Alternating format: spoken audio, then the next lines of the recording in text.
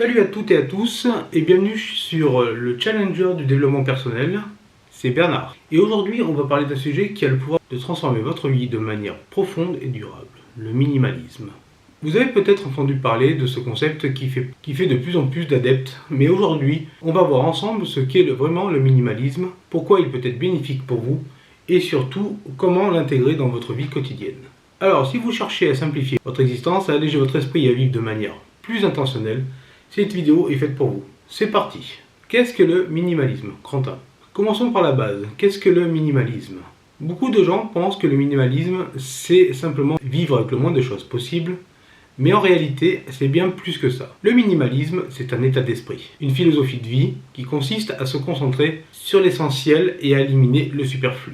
C'est faire de la place pour ce qui compte vraiment. En gros, le minimalisme, ce n'est pas se priver, mais plutôt se libérer. Se libérer du trop-plein d'objets, de distractions, d'engagements qui encombrent notre vie et nous empêchent de nous concentrer sur l'essentiel. C'est choisir la qualité plutôt que la quantité, l'intention plutôt que la dispersion. Grand 2, pourquoi adopter un mode de vie minimaliste? Alors pourquoi devrait-on envisager d'adopter ce mode de vie minimaliste? Les avantages sont nombreux. Ils vont bien au-delà de la simple réduction des possessions matérielles. Petit 1, la clarté mentale. En simplifiant votre environnement, vous simplifiez aussi votre esprit. Moins d'objets signifie moins de distractions et plus d'attention sur ce qui est vraiment important pour nous. Petit 2, moins de stress, moins de possessions. C'est aussi moins de choses à gérer, à organiser, à nettoyer. Cela se traduit par moins de stress au quotidien, moins de ménage aussi.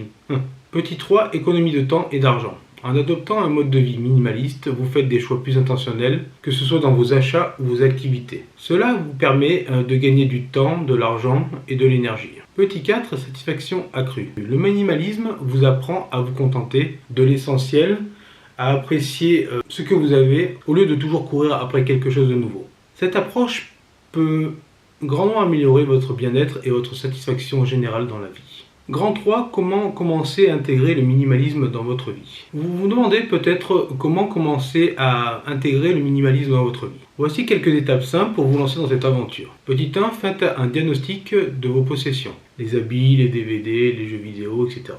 Commencez par passer en revue ce que vous possédez. Posez-vous la question, est-ce que cet objet me sert vraiment? Ou me servira dans 2-3 ans? Est-ce qu'il m'apporte de la joie? Si la réponse est non, vous pouvez vous en séparer. Petit 2, débarrassez-vous du superflu. Une fois que vous avez identifié les objets qui ne sont pas essentiels, envisagez de les donner, de les vendre ou de les recycler. Le but est de ne garder que ce qui a une vraie utilité ou une vraie valeur pour vous. Petit 3, simplifiez vos engagements. Le minimalisme ne concerne pas seulement les objets matériels, mais aussi votre temps et votre énergie. Apprenez à dire non aux engagements qui ne vous apportent pas de valeur et concentrez-vous sur ceux qui sont vraiment importants pour vous. Petit 4, créez des routines intentionnelles. Adoptez des habitudes pour vous aider à rester aligné avec vos valeurs minimalistes. Cela peut être aussi simple que de consacrer 10 minutes chaque jour à ranger ou de prendre l'habitude de méditer pour garder l'esprit clair. Petit 5, apprenez à apprécier la simplicité. Le minimalisme, c'est aussi un état d'esprit.